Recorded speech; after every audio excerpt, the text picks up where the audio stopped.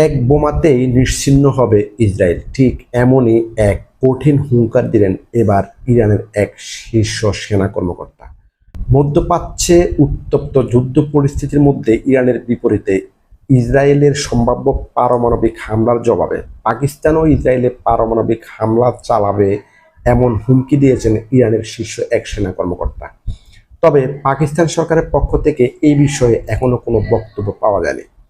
ইরানের Islamic revolutionary guard কর্পসের জ্যেষ্ঠ কর্মকর্তা এবং জাতীয় নিরাপত্তা পরিষদের সদস্য জেনারেল মহসেন রেজাই এক সাক্ষাৎকারে বলেন, ইসরায়েল যদি ইরানে পারমাণবিক বোমা ব্যবহার করে তাহলে পাকিস্তানও ইসরায়েলে পারমাণবিক হামলা চালাবে বলে আমাদের নিশ্চিত করেছে। তিনি আরও বলেন, পাকিস্তান ইরানের পাশে দাঁড়ানোর প্রতিশ্রুতি দিয়েছে এবং মুসলিম বিশ্বকে ইসরায়েলের বিরুদ্ধে ঐক্যবদ্ধ হওয়ার আহ্বান জানিয়েছে। বিশেষজ্ঞরা বলছেন, এই সংঘর্ষ দীর্ঘস্থায়ী ও সর্বব্যাপী যুদ্ধের রূপ নিতে পারে, যা গোটা মধ্যপ্রাচ্য এবং এর বাইরেও ছড়িয়ে পড়তে পারে। সবাই ভালো থাকুন, ফলো দিয়ে পাশে থাকুন। আসসালামু আলাইকুম।